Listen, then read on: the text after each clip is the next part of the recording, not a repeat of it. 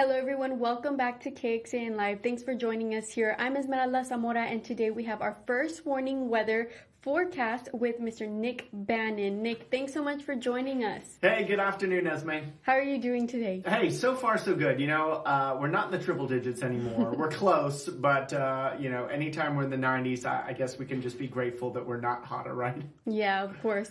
So today we're going to be talking a little bit about La Niña. Yeah. What do you have for us today? Yeah, so we got some new information about the status of ENSO, or El Niño-Southern Oscillation.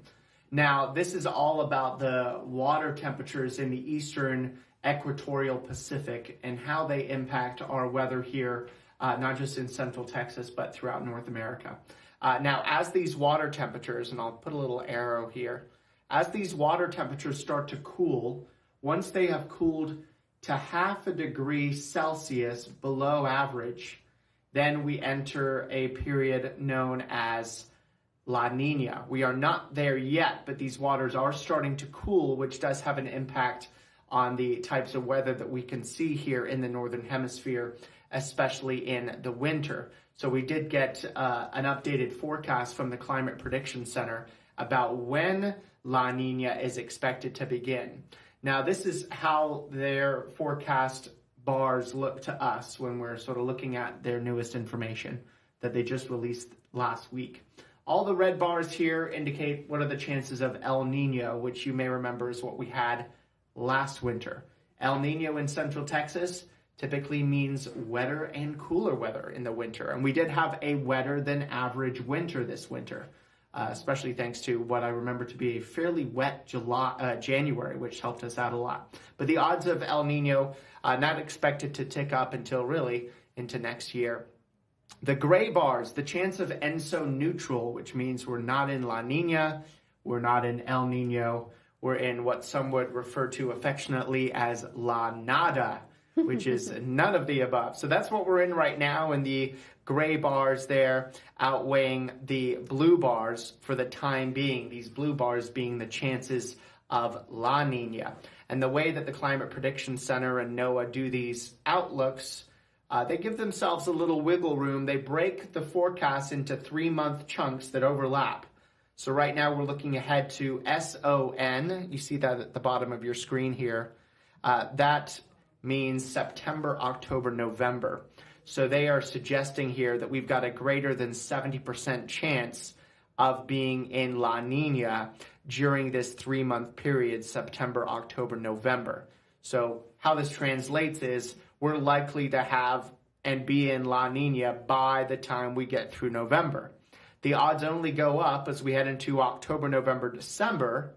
Those odds are over 80%, and those odds closer to about 84 or 85% during the 3-month period of November, December, January. And by the way, DJF is key. DJF, December, January, February, that is meteorological winter.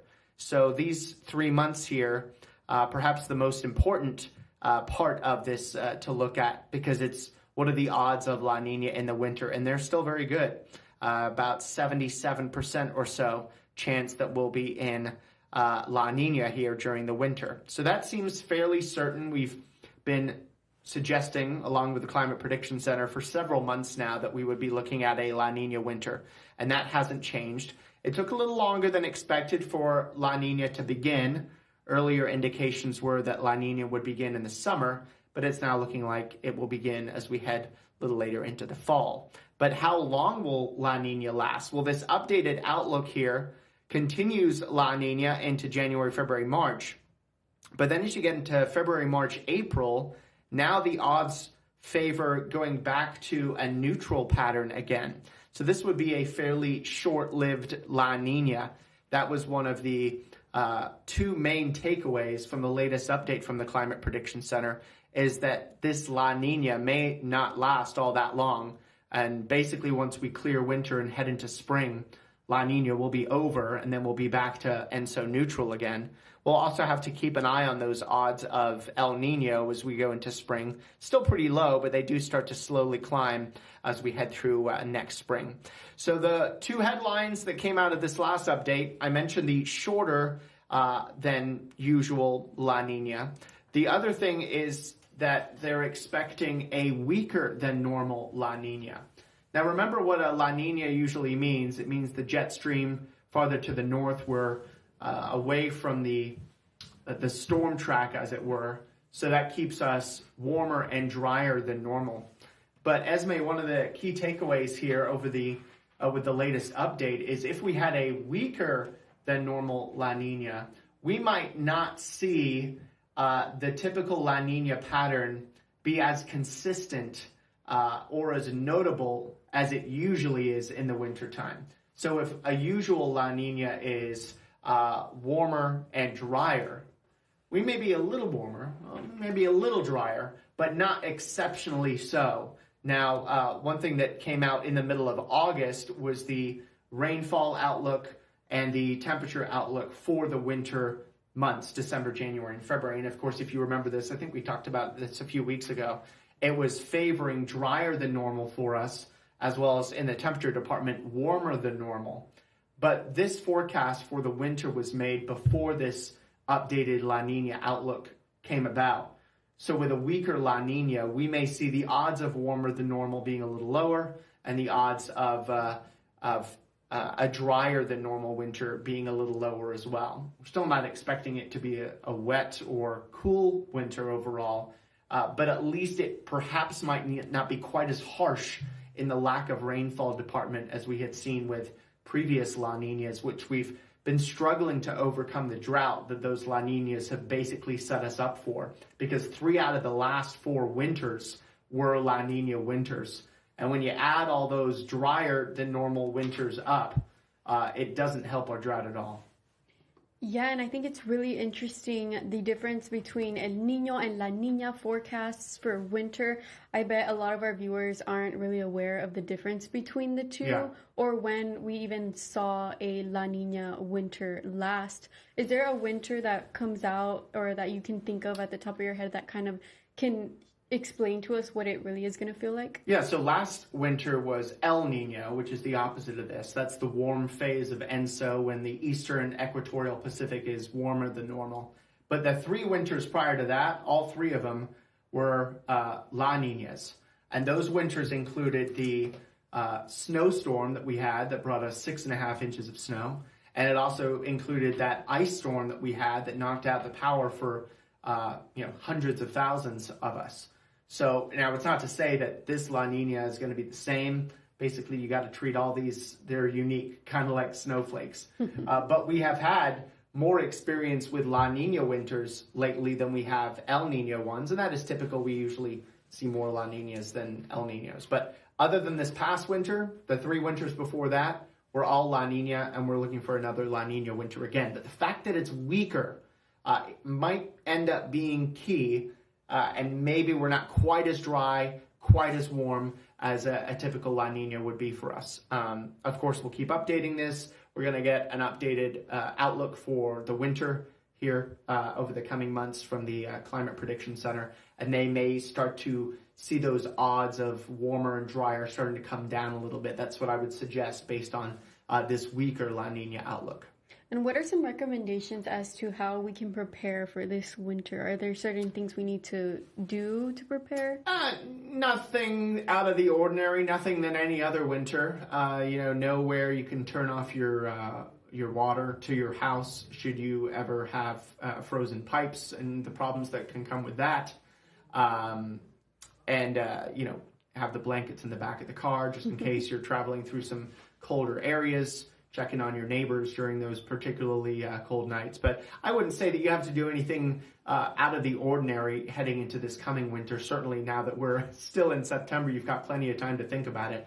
But worth keeping an eye and checking back with us as we update you on the forecast here for winter. Could be kind of an interesting looking winter here, as this weaker La Nina may end up giving us a little more rain than the last few La Nina winters did. Hopefully it does, because we do need that rain here. Yeah, we do. We've been in drought now, at least part of the area, for several years. And we're so close to getting out of the drought, but now we're in a new dry period here that's lasted a little more than I want to say a couple weeks now, with the exception of some of the flooding that happened in Llano County. So yes, we really need more rain, and we do not look forward to a drier winter that would come with a typical La Nina, but hopefully this weaker La Nina may throw us a bone. Yeah, hopefully. So we know that she's expected to begin by November. Is there any other details you want to share before we go? You know, these, I'll just say that these updates for ENSO, the El Niño-Southern Oscillation pattern that we've been talking about, they come every month from the Climate Prediction Center. And I love to jump on board and share the information that comes out every month. So we'll look for another update here at the beginning of October, usually about 9-10 days into the month. And that may shed some more light about whether La Nina has already begun by early October, and if there's any indications on the changes of the strength of La Nina heading into this coming winter. And we have more details from this article that you wrote. Oops, sorry, my bad. Let me pull that up right here. That article that you wrote on La Nina and the forecast.